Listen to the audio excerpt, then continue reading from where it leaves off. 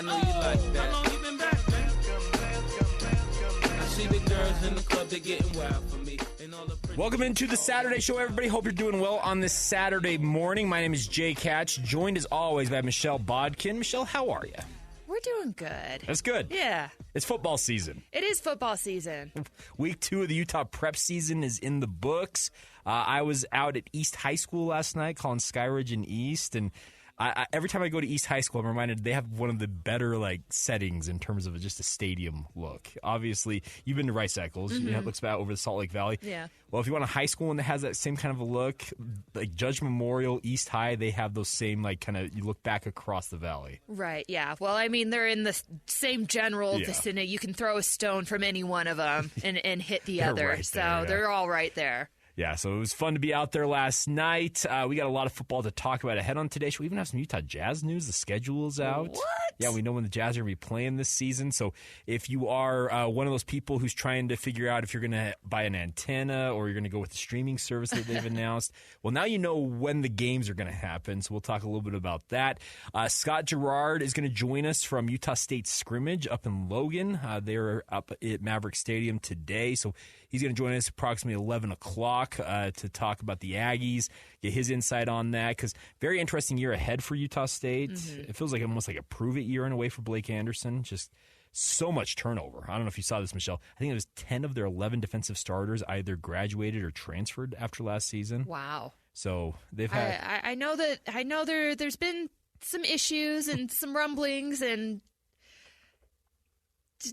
general not great feelings about Utah State. Yeah, so they've got plenty to work on their end, so we'll get into that, and obviously we'll just have some fun along the way. We got technical fouls, some of our staples here on the show, so we'll get to all that. But let's start off this week as we typically do. Let's get everybody's highlight of the week. By the way, we got Christian producing for us today. What's up, Christian? Not much. Happy to be here. Yeah, you got a highlight of the week? Yeah. Still being married after are we 3 weeks in now? A month. Month in? Hey. Yes. The first month is actually very important. It was fun. It's been great so far. All yeah. Right. And so Wednesday morning, my wife and I took our dog and we went on a little hike down here. Nice. By the Capitol building. There's a little park. Oh, yeah, it's beautiful. Yeah. It's gorgeous. There's a little trail that goes up by a little creek and stuff, and our dog went and walked in the water. Super fun. Great to get out, go on a little hike. So that was probably the highlight of our week. I like that. Michelle? That's a pretty area. Yeah. I agree. That's a great place to be.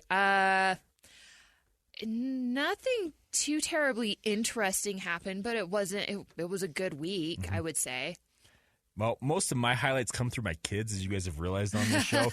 My daughter is doing gymnastics and cheer. She got her back walkover this week. Finally, she's been working dying hard to at get it done. So she finally accomplished that this week and she was just ecstatic about it. So that's a big deal. It is for young cheerleaders. That's like a really, really big step. That was not something I ever picked up. So she's claps for her. She's already more athletic than I ever was. Let's just put it that way. No, it was pretty cool to see her do that. She also started. She's in first grade. She had her first couple days of school this week, and she came over for the first day because it was a full day now. Oh, you okay? Yeah, we're good. We're good. That sounds like that hurt. But she comes home after the first day. I'm like, okay, so how was school? She's like, that was long. Oh, get used to it, baby girl. Exactly. I was like, well, here's what it's going to be. So this is what it's going to be for the rest of your life until you retire. Yeah, it was funny because she had like half day preschool and half day kindergarten. And she comes home at 3:30. I'm like, how was the first day of school? She's like, it was fun, but it was long. It was long. So, yeah. I couldn't help but laugh. I'm like, yeah, well, welcome to life. So kind of funny, made me chuckle. All right. Well, let's actually get into the meat and potatoes portion of today's program. Let's talk some college football. We've got we're under 2 weeks to Utah. Mm-hmm. We are 2 weeks away from BYU. We are 1 week away from week 0 games, Michelle. Woo! So it's coming fast. Let's talk a little bit about that. Let's get to what's the big deal. Do you know who I am? No, I can't say that I do. I don't know how to put this, but I'm kind of a big deal. Really? People know me. Well, I'm very happy for you. I'm very important. I have many leather-bound books, and my apartment smells of rich mahogany. All right, Michelle. So as I mentioned, we are 12 days away from Utah kicking off against Florida, 14 days away from BYU and Sam Houston State. It's also 14 days for Utah State and Iowa, going out to Iowa City to take on the Hawkeyes. We do have one team, if I'm not mistaken, next week. Christian, you know this. Is Southern Utah playing next week, or are they 2 weeks out? I'm not certain. Let me check Google. Yeah, well, I just gotta Google it. Somebody told me that Southern Utah was playing next week. I was like, I'm not sure that they play next week. I thought they were 2 weeks out themselves. So, so they play Thursday. So they're 12 days away. So they play Arizona State, same time as Utah. Yeah. So exciting to know that that's firmly on the horizon here. Right. And it's coming pretty quick. And I wanted to start off, Michelle, there's been a lot when it comes to Utah about the quarterback situation. We discussed that last week. Brandon Rose looked like he's going to be out. There's still Kyle Whittingham said at Pac-12 Media Day it's going to come down to the wire on Cam Rising in terms of him getting cleared. So where do you stand right now on everything with Utah? Are you feeling like they're tracking well considering the quarterback situation? Yeah, I think overall they're tracking well. It's the one thing they have going for them is I think they have enough returning talent that they can manage without Cam Rising if they have to. Okay. For a game or two. Now, if it starts getting into like the whole season, then we're, I think it's going to get brutal. But like a game or two, especially out of the gate, I think, they can rely on the running back room a little bit. It sounds like they have some good pass catchers that maybe can help alleviate and make things a little bit easier for whoever steps in. Okay. But I mean, obviously you want your best players out there no matter what. And Cam is their best player at quarterback right now. That's just fact.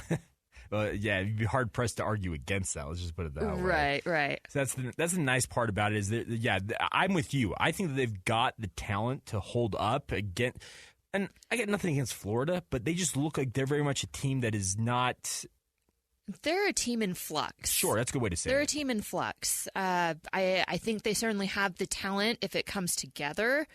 But that's kind of the problem and the issue I'm seeing, at least right now, and at least that's kind of how it feels like it's being reported, is there's just a lot of stuff up in the air. They're having a lot of issues. They're having a lot of problems. And then you have to travel out west, and then you have to deal with the elevation, which I don't want to get into arguments about humidity versus elevation. Like the bottom line is they're both hard elements to deal with when you're not used to them. And so, that's something that Florida is going to have to contend with. And it's also a matter of, the devil you don't know. SEC country has never traveled out west. They don't really know about Rice Eccles. And yes, it's not as big as a lot of the venues that they're used to and all that kind of stuff, but pound for pound, like it's a pretty ruckus place, and they bring it. So it's just kind of a perfect storm, I think, of I don't know how well it's going to go for them. And then you have like the Utah defense that's kind of come out and said like they're very motivated to get off to a much quicker, better start against this Florida team because they looked bad against them last year. Like there's no two ways about it. I think it was like 49 missed tackles or 48 missed tackles last year in that first game, which is just unheard of. That was almost double what Utah usually has in a bad game. So it's, there's just a lot of stuff going on. I think Utah can manage it as long as they play a really good game and everybody picks up some of the slack. If slack has to be picked up. If slack doesn't have to be picked up, then I think it's also probably a very different story. Well, sure, and I would agree with all of that. The other thing about this is this game's shaping up to be what I call a Kyle Whittingham special. Yeah. Where his defense goes out, and trust me, that defense for Utah looks absolutely loaded. Like, I'm just talking bodies, returning talent, added talent. Like guys like Miles Battle coming in here. They've got all the pieces, it feels like, where they go out there and Kyle says, hey, guys, shut them down. Yeah. And then he turns to the offense, and if it is Bryson Barnes, he turns to him and says, Bryson, don't turn the ball over. Right. Pick up first downs when you need to. And then you have the Seals running backs behind you. Glover, Jaquindon Jackson, Mekhi Bernard, Chris Curry. Feed them the rock. Yeah, you use them how you see fit, which means a lot. Yeah, so and that screams to me if they are going to have to absorb not playing with Cam Rising for that game, or at least maybe first however many in the first part of the season, it feels like this goes back to kind of Kyle Whittingham's whole MO as a head coach. Defense shuts down the opponents, and you do enough to win football games. Because I think you and I are in agreement on this, Michelle. What do people care about most in football? Their team having more points than the other team at the end of the day. Right. It doesn't have to be beautiful, especially early in the season. Like, everybody's kind of getting back into the feel and the flow of it. Especially with transfer portal in effect now. There's so many bodies changing teams now. Yes. So, if it's a little more slugfesty than we're used to it being after the last few years with how the offense has operated, I think they'll be fine. Like, I really think they'll be fine. And the other thing about it, too, I know a lot of people are up in arms about, Bryson Barnes, like, starting. The fact of the matter is, we've never seen him come out when the game plan has been specifically for him, and the prep work has been all about him. Yeah. Like, even that Washington State game, he found out 20 minutes before. I think he got a few reps through the week just in case, like a few extra ones, but not. You do that because he's a backup quarterback. But not in the sense that he was prepared like he was going to be the starter. Yeah. They thought Cam was going to start that game. Trust me, Petros Papadakis won't let it die. No. He's still angry and yelling into a microphone somewhere about that. But I'm just saying, he will never let that one go. But I'm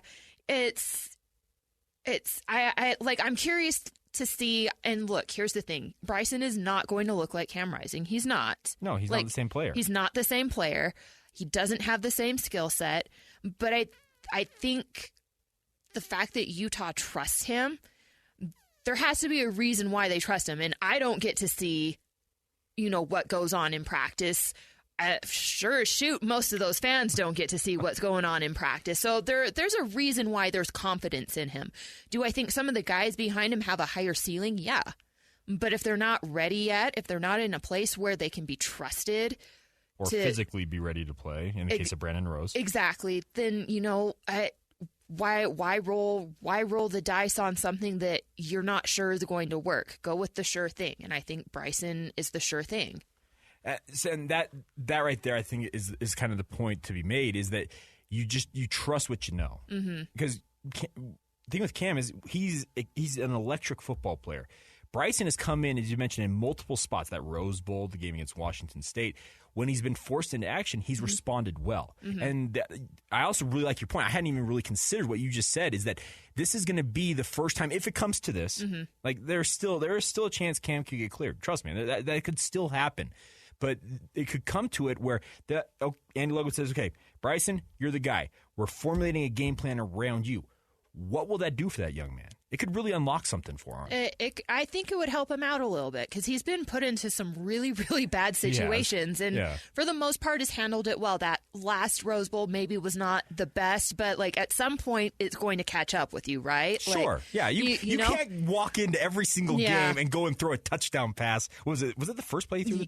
Yeah. It was like the first or second play when he came in. Yeah. Like it just doesn't always happen that way. It just doesn't, especially again when you're throwing someone in cold and they're not being practiced like they're going to be the starter. Like it's just at some point it does catch up to you, and it caught up to them in that last Rose Bowl. But like I said, I'm willing to entertain. What does he look like when they've catered to and planned around him and his skill sets rather than it's been about Cam, but Bryson's had to come in for Cam. I think people will be a little more pleasantly surprised. Maybe not have their minds blown. I'm not saying or suggesting that, but I think when you work around, the actual person and what they can do, it shows better. It just does. Well, and that's the interesting part about how it's ultimately all going to shake out, because I want to flip the conversation and go down to Provo, not New York, like one Big 12 player thought BYU was in. Did you see that video, by the way? I saw something floating around, but someone really thought BYU was in New York. So they did. I think it was from Big 12 Media Day. They did like different players. Like, do you know where BYU's located? And the coaches, to their credit, most of the coaches they had on there were like Provo, Utah. Utah. One kid, Lokahi, he's a Polynesian kid from Hawaii who plays for UCF. No. He's like, Salt Lake City. I don't like cities in Utah. He's like, and they tell him it's in Pro. He's like, bleep.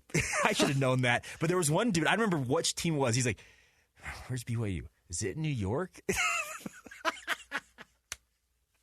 Another player thought it was a city called Brigham Young. Oh yeah, he said, is it Brigham Young? They're like, no, that's the name of the school. He's like, oh. Well, I mean, in fairness, we do have a Brigham, Utah too, but hey. Born and raised. We have Brigham City's finest right here. Yes. Christian Esparza. oh, I did not know that. How funny. Born and raised. Box Yep. Elder B over there. Hey. Yeah, no.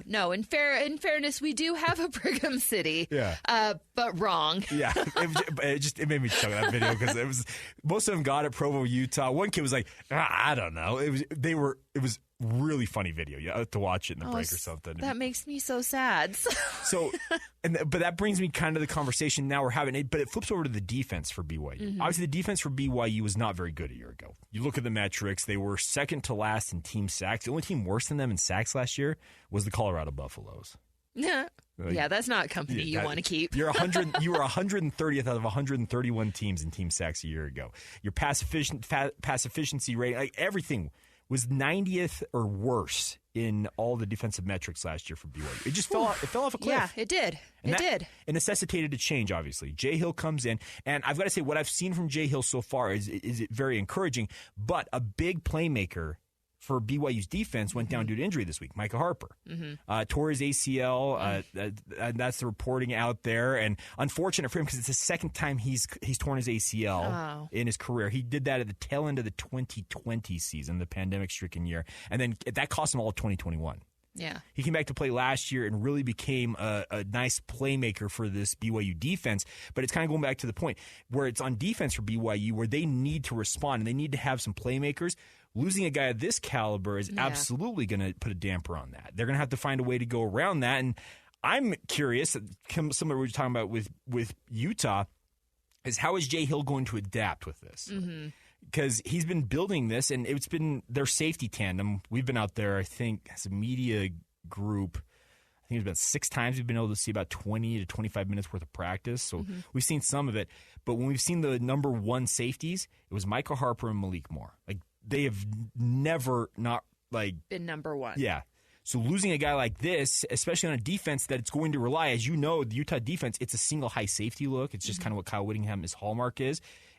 BYU, trust me, I go watch their defense. I'm like, okay, it's Utah. Like it's a lot of the same elements, and for good reason. Right. Kalani Sitake, Jay Hill grew up working in the coaching business, working for Kyle Whittingham. They know what he does.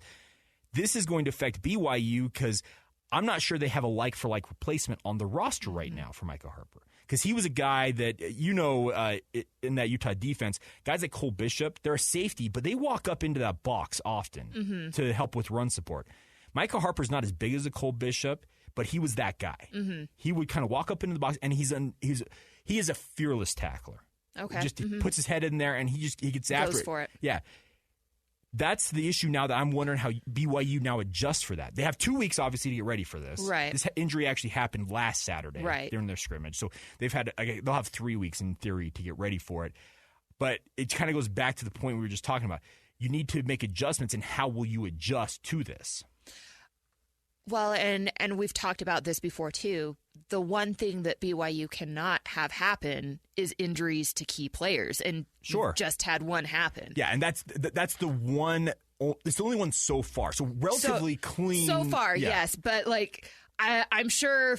I don't know for sure, but I would have to imagine that Kalani, A-Rod, and Jay are all going, ugh. Stay healthy, guys. Stay healthy, guys. Yeah, okay, we've had one. Let's not do this a couple more times. Come on, guys. Because they've seen what happens early on in a move like that. Again, I don't doubt that BYU's ones and maybe some of their twos can go with anyone in the Big 12. But if you start getting into your 2s and 3s and even your 4s, which is what happened to Utah in the first couple of years, it's just different. And that's the thing. And I've got to say, the other thing about this is BYU's training camp is one of the most physical I can remember in recent memory. Jay Hill has brought the whole mentality of, okay, this defense, we've got to hit people. We just actually have to practice it. Well, and Utah just barely had a little resurgence of that too because of what happened last year early in the season. You've got to you've got to do practice. You've got to practice it, otherwise you're going to whiff. And you run risks of injury. In Utah's case, Brandon Rose. In this case, Michael Harper goes down. But that's the thing about this is to BYU, you're right. They've done a pretty diligent. They've put a diligent effort into trying to go out and establish extra depth. Aaron Roderick said to the media earlier this week he thinks that offensively, he says we upgraded every position this offseason. And what he meant by that, I think, is yes, the ones for BYU traditionally can go toe to toe. Totally. We've seen it. The issue is when you drop down to, you mentioned the 2s and the 3s, that's where the talent disparity starts to manifest itself. And he said that we've upgraded every position. And that is encouraging because that means that the transfer portal work that they did, they brought in, I think BYU, the final tally last I saw of newcomers to the BYU football program was 58 this year.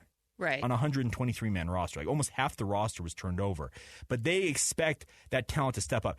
I'm just worried on the defensive side of things with this Michael Harper deal is Jay Hill's talked about we're going to have to find answers this season when it comes to our roster and find guys who are playmakers. Losing a guy like this is one of those playmakers I would have put like near the top of the list, like Michael Harper, playmaker. Now you have to adjust to that. That's the big question because you can't absorb too many of these hits.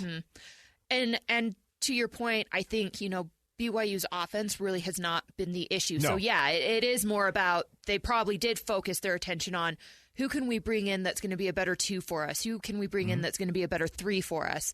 But the defense, as you mentioned earlier, was a mess last year. And so, I mean, you kind of blew it up and you're starting over again. And that kind of means you're really focused on getting some decent 1s in, and maybe the 2s and the 3s aren't quite where they need to be yet. That's going to be, a year or 2 process probably to get that up where it needs to be. But so, yeah, like when you start having an injury like that, I'm sure Jake was over there clenching his teeth going, ugh, like, okay. We can absorb the 1, right? Like you can absorb 1 or 2.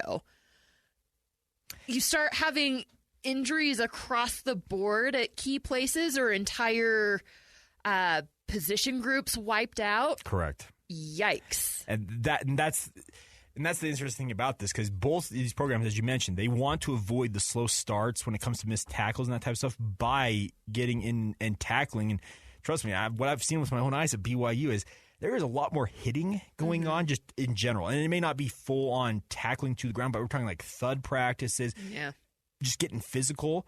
I haven't seen that in a couple of years for BYU. And Utah's doing the same thing because I think that they realize, hey, we started slow last year because we didn't hit as much. And that's the balance you're going to have to strike here as these programs is getting it's a fine line. Getting enough of that where the guys don't go out there and what did you say? It was like somewhere around 50 missed tackles. It was a lot. Yeah, it was Trust a me, lot. I watched that game. It was crazy. And was very atypical. It was crazy.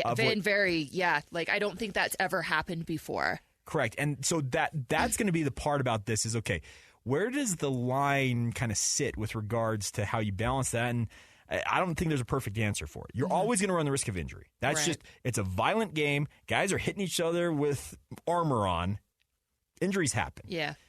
Can you avoid as many as possible? That's going to be the key. Yeah. So, I don't know. It's one of those interesting things, and obviously both of these programs have got to be careful with that. We're going to check in at Utah State with Scott Gerard at 11 o'clock. I'm interested to get kind of his take on what's going on with the Aggies as they kind of rebuild things up there in Logan. But we're going to switch over and talk a little Utah Jazz coming up next. The NBA schedule is out.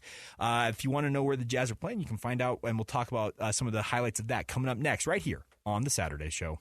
Welcome back to The Saturday Show here on 97.5 FM, the KSL Sports Zone. This is The Saturday Show. Michelle Bodkin, Jake Hatch, along for the ride on this Saturday morning. Thank you to all of you for tuning in. All right, Michelle, it is August. That means it's NBA basketball time. No, it's not.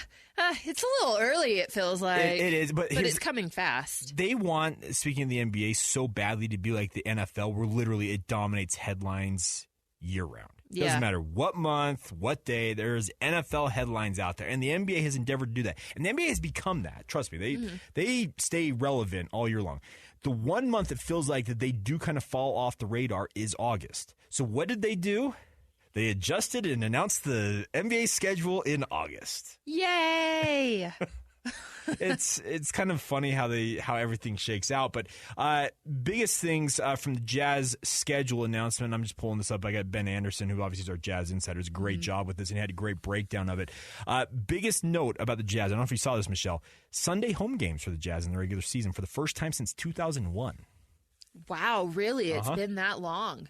So the way it was explained is that the NBA required all teams, including the Jazz, to submit 4 possible Sunday home game dates in their schedules. Because obviously these venues, speaking like the Delta Center and any of the venues, they're scheduling concerts. They got monster trucks coming through, Disney on Ice. You know, like the whole thing. Yeah. And they had to submit 4 dates that they could potentially play a Sunday home games. It was just an NBA mandated deal. This is not singling out Utah. Trust me. The social media reaction was, Calm down. calm down, yes. Just take a breath. It's fine. So they submitted 4 dates. 3 of them were picked up. So the Jazz will play 3 Sunday home games, and they have not played a Sunday regular season home game since 2001. They've played playoff home games, obviously. Okay, that must have been what I was thinking. Yes, of. and there's a famous thing about Larry Miller. When they had those Sunday home games, he wouldn't go to the games. He actually took, was it Gene Wojciechowski during the finals one time? I think it might have been one of the preeminent, and they actually went for a drive up like Mirror Lake.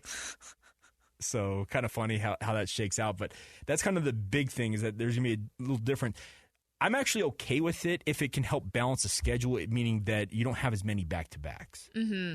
Now, there are 13 back-to-backs on this schedule for the Jazz. The NBA's tried to get away from these athletes playing too much and too little in a way. Right. We had David Locke on with DJ PK yesterday talking about this, and David said, all right, and the question was asked essentially, okay, how do you guarantee load management's not going to affect the NBA to a negative thing?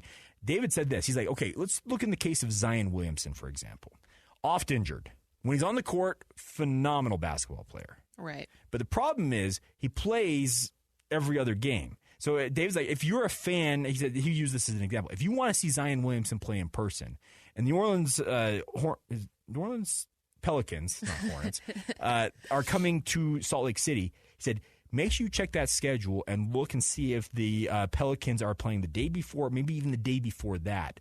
And that should tell you, like, okay, maybe this is the game that, or if it's on the front end of a back-to-back, he's likely to play that. He's not going to play the back end. Mm-hmm. So he said, that's kind of the give and take as an NBA fan. If you want to see these stars, you got to time it right. Hope that the schedule works out for you. That's a bummer. That is a bummer that it's getting to be like that. Yeah. Because, that's what these guys are getting paid for, is to be seen. Sure. And okay, here's the thing. I will give all the credit to guys like LeBron James, Kevin Durant, Devin Booker's this way as well, they kind of have an old school mentality. They understand that there are families and kids in particular who they may get to go to one game a year. Mm-hmm. Like their family can afford to go to one NBA game, and they've got their favorite player. And they're going to go buy that ticket. They're going to spend all the money on concessions, traveling to the game, all that stuff. And that guy doesn't play. How big of a bummer is that? Yeah. Yeah, it's a big deal. So I appreciate guys like LeBron. And if they're injured, they're injured. Right. Yes. Let's be very clear about it. If you are legitimately injured, by all means, sit out. You have no business being out there. But this day on, day off crap, no. Load management. Yeah, whatever.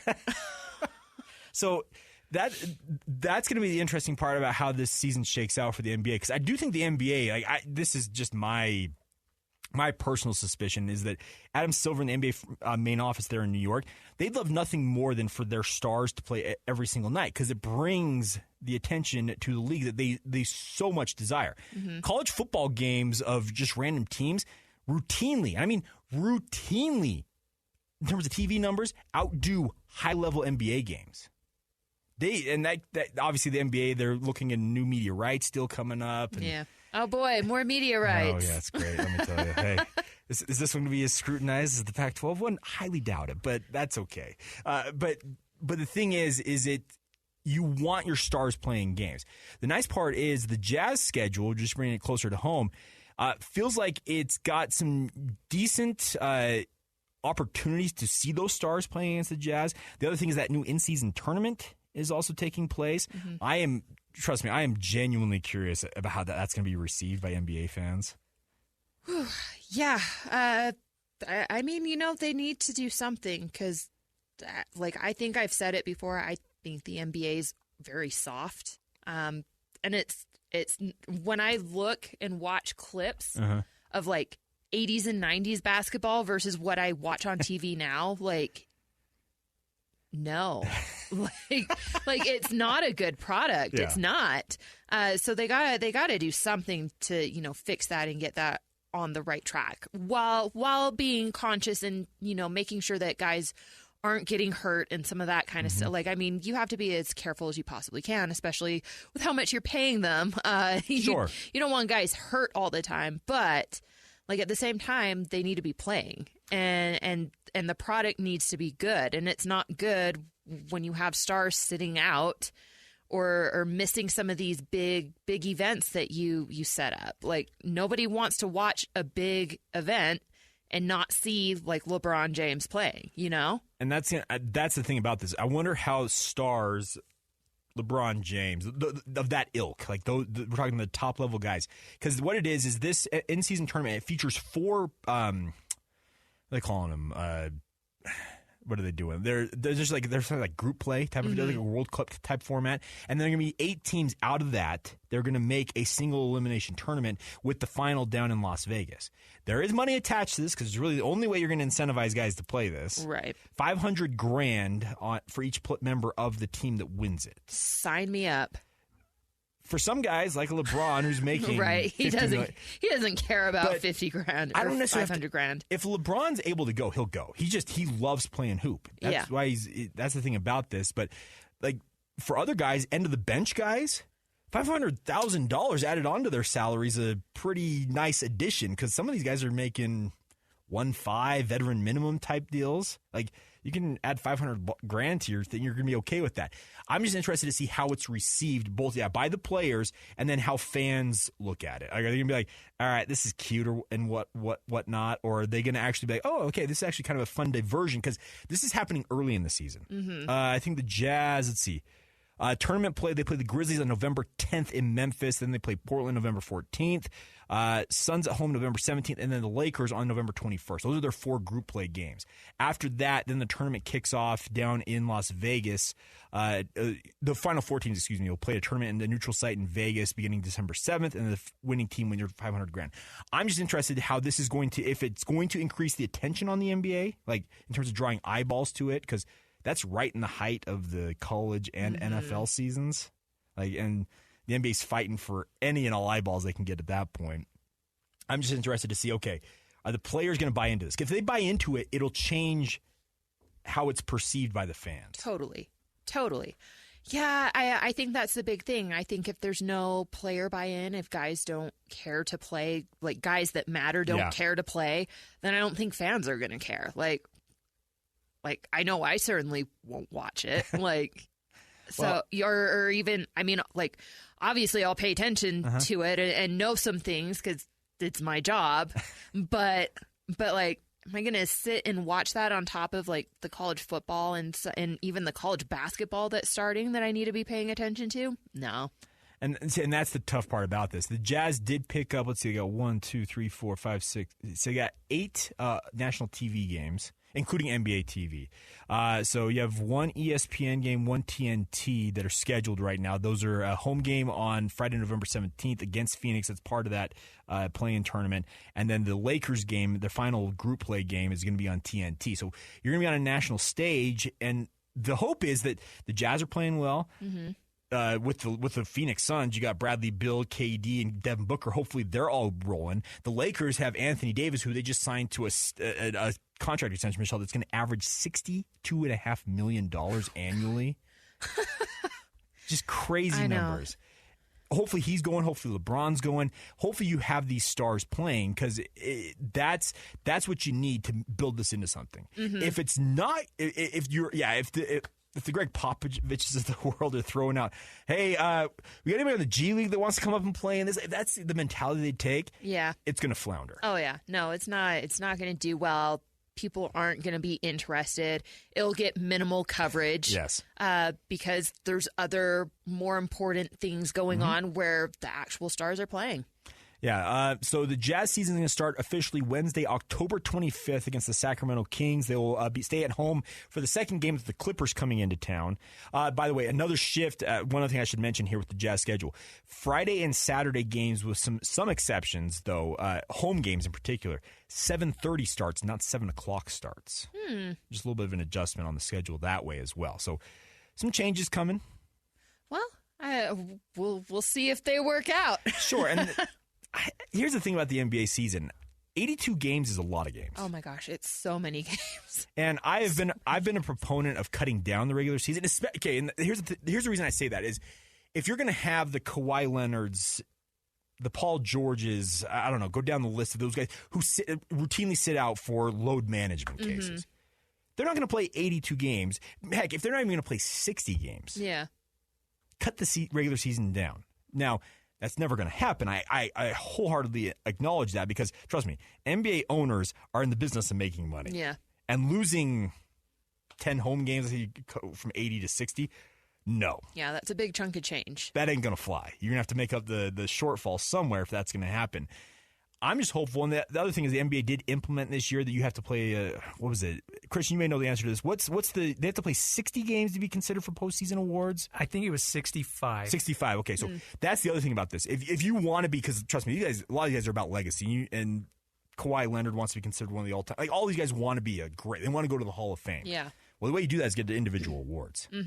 Now, I do like the fact in the new CBA, you have to play a minimum set number of games to be considered for those awards. Like that. I think that's good.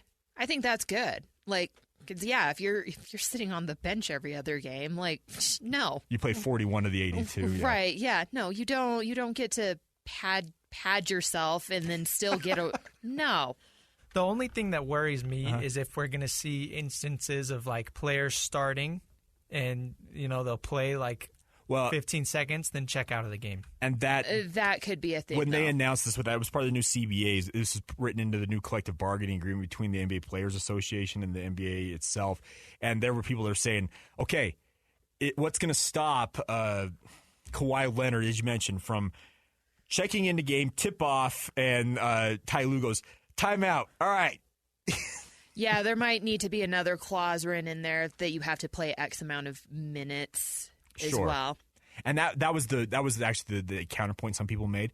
Why make it about games? It should be set number of minutes in a season because that's going to indicate more of, okay, this guy actually played. Like that is true. Yeah, they may need to rethink that. They really may need to rethink that because, yeah, I bet we do see some of that go on. You're never going to get rid of it completely. Trust me, they find the next thing they can. Right, yeah, that they can like cheat the system with. Yeah. I don't anticipate it like ever being perfect because, as you mentioned, we're children of the 80s and the 90s and the early 2000s of the NBA when it was a point of pride to be out there. John Stockton is the number 27 games in his 18-year career that he missed, and 14 of those were for a knee meniscus surgery that he had at one point. Like, dude did not miss games. Yeah. It was a point of pride during that era. Now, this is a different era of the NBA. Totally different. I get that. And there's part of me that's like, okay, get out there and play, but they've got a lot of money and they have a lot of power that they can wield. Yeah. Yeah. No, that's ultimately what happens though. When people yield a lot of money, there's a price to be paid for that. Like, 'cause now they have control and say over, and that's not entirely a bad thing. Sure. But when it tips the scales to that level and that degree, it's maybe a problem. It does. So interesting stuff all the same. Excited for it. By the way, the Jazz have announced that they have plans. They're going to have that new streaming app up and running in time for the season as well. You can get all games over the air. KJazz 14. They're going home to the channel it was built for. Come on. When you're named KJazz, come on. Let's... Yeah, you got to have some jazz games on KJazz. And they're gonna carry all of them. That's the fun part about this. So I got to give mad props to Ryan Smith and Smith Entertainment Group because for them to do that, they're going to take a hit financially on that, Michelle. Like they could have signed another I guess, broadcast deal with a regional sports network or something like that, like they have had, for millions of dollars. They decided, you know what? We'll bite the bullet on that end, and we're going to get this exposed to all Jazz fans. Yeah. In theory, all three, or we at 3.5 million residents of the state of Utah now, something around that number. Yeah, something like that. In theory, all people in the state of Utah should be able to watch the Utah Jazz this season, either over the air or via this streaming app. And that's going to go a long way, I think, to building more, I guess, goodwill. Right. We'll see. It'll be interesting. I'm also interested to see how this Jazz team responds, because last year they were pretty plucky. Like they played well, and they did shut it down toward the end of the year to try and secure draft positioning, that type of stuff. This is the year, I think, where you start, okay, what pieces do we actually have? Mm-hmm. Like, you brought in John Collins from Atlanta. You already have Lauri Markkanen, who was an all-star. You have some of these young bucks. By the way, Bryce Sensabaugh as well as Keontae George were both cleared to resume on-court activities this week for the Jazz, which is positive news. Keontae George was like the star of the summer league. Right, until he got hurt. Injured his ankle, and they're like, okay, you're done. Like, he was single-handedly looking like he was going to lift the Jazz to a summer league title. And a summer league title is whatever, but he was balling out.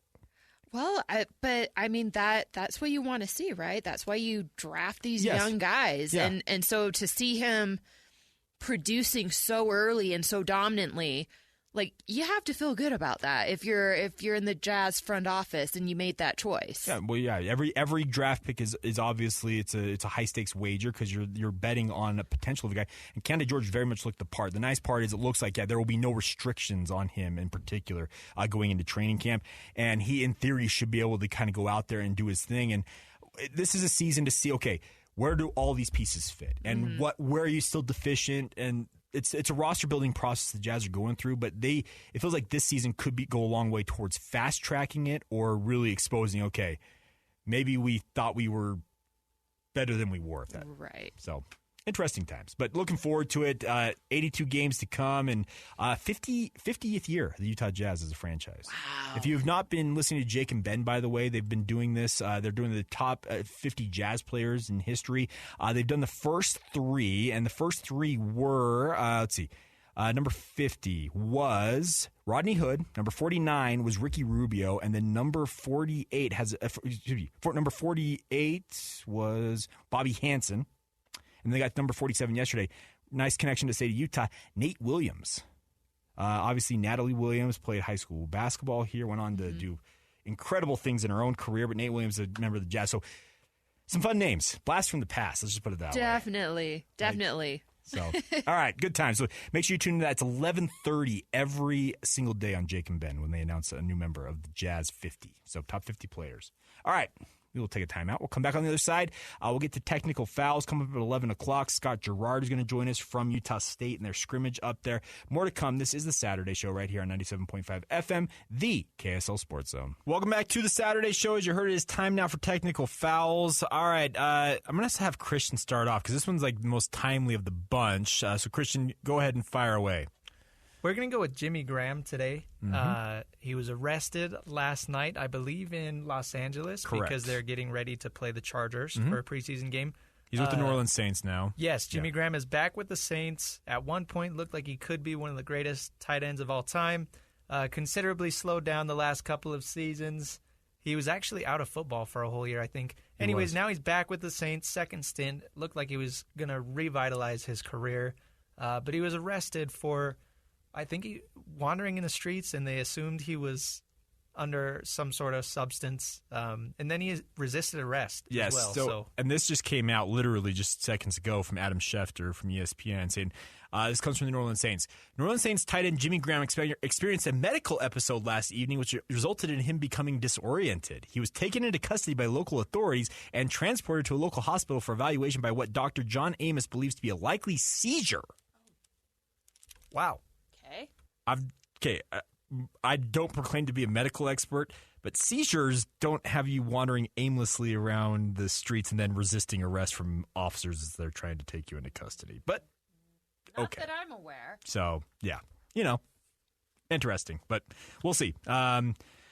Interesting situation all the way around. Interested to see where it ultimately goes because you're right. It felt like at one point Jimmy Graham was on his way to being one of the all-timers, and he was a very, very good tight end. All right, Michelle, where are we going?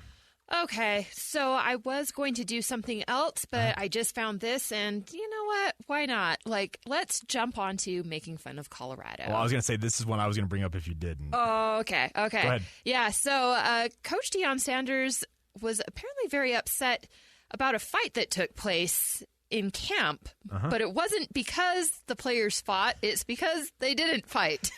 Yep. Yeah, I I get it. I get you want like a little chippiness in your guys, but like I don't know that you really want them getting involved in the kind of fist fight that it looked like that was. Like that was a bit much. There were offensive linemen getting into it. It was a running back. He got thrown to the ground or something like that, if I recall correctly. But oh, my goodness. The quote he used is, I seen two of you walking off over there, and you've got a teammate fighting, Sanders groused. Where are they at? Where they do that? Where they do that at? Not here, his players replied. If one fights, we all fight. You understand that? I don't want to see you all walking off when somebody else is fighting. Never again. Okay. Like, I mean, coach, like, that's how you have guys thrown out of a game. Bingo. We had Yogi Roth on with DJ and PK yesterday. Asked this about. So is he saying that he wants his entire team thrown out together? You know what? Forfeits all around. Let's go. I just, look, again, like, you want them to be tough guys for sure. Like you but like you want them to be smart tough guys, and that's always something that I remember from my soccer days too. My coach always would say, you know, if you didn't agree with like a foul or something, Sure, like be angry about it, but like be angry in a smart way that you get back and like you score a goal or you get the steal or you know, like not something that's going to get you fouled again or thrown out of the game or like use the anger to motivate you in a smart way, not a dumb way. Channel it positively. Yes. And this is not. No. I can see where Sanders is coming from. He's trying to keep his team engaged and obviously build team camaraderie. But when it comes to like actual fist fights, yeah, I don't know that you encourage that. I saw a fist fight at BYU football practice earlier this fall. Well, and I've seen a fight or two up at Utah's camp back in the day. Coaches don't want they don't want full on punches being thrown. No, because first off, throwing a punch at a helmet is just beyond stupid. But they don't want. They like the pushing and shoving. They like the guys jawing at each other. But when it turns, when it starts like getting serious, like no, that's where you got to be able to stop. Because and Kalani. So the day we were there, it was media observation. I know Kalani in his head's like, great, I got to talk about this. But he comes up, he's like, here's the thing, we got to be smarter about that. We got to be able to train our guys. You want to push to that level, but there's a line you don't cross. And throwing a punch, that's crossing that line. So that gets you again. It gets you thrown out of a game. Exactly. It hurts your team. Yeah. It hurts your teammates. Like I can see where Deion's coming from, but this one was probably not that hill to plant that flag on, if that makes sense. Yeah. No. I think you ultimately cause more problems than you solve with the stance that he took on that. One quick one, real quick. I got to give a technical foul to James Harden. I don't know if you've seen his media rounds he's making this week. He was in China and saying Daryl Morey is a liar and I will never be a part of an organization he's a part of. Let me say it again. Daryl Morey, who is the Philadelphia 76ers GM and I think VP of player personnel, who's like his boss, is a liar and I will never be a part of an organization he's part of. He's trying to force his way out of Philadelphia. Then he did like an exclusive with some radio station in Houston, of all places, saying that this is not the way to do this, James. He's lost his damn mind. Oh. Can I say that? Is that okay to say? Like, it's just, he's just out of his mind. Well, okay, and then of course, you know who weighed in on this, right? Oh no, Kyrie Irving, because Kyrie's got to have his say. Pot meet kettle. So he responded to a tweet on X, aka Twitter, from Adrian Wojnarowski saying, is he really disgruntled, Adrian, or is he holding Daryl Morey accountable for his dishonesty and lack of transparency throughout the contract negotiation process this summer? Harden's been looking for a long-term contract. It's like... Oh, Lord. Okay, guys, you know... Fun times. The NBA may not bring the drama on the court anymore, but they certainly bring it off of it. Let's go with that. It's a soap. Mark Stein says a hashtag this league. It is a soap opera. There's no doubt about it. And you have guys like James Harden here and Kyrie Irving. They can't help but add to it. Oh, no. All right. So it's good. That was good. That was a good list of technical fouls. I thought it was a fun one. All right. We will come back on the other side. We're going to go up to Logan and check in at Utah State. Scott Gerard up there, obviously, with Utah State scrimmaging this morning. We'll check in with him next. This is the Saturday Show right here on 97.5 FM, the KSL Sports Zone.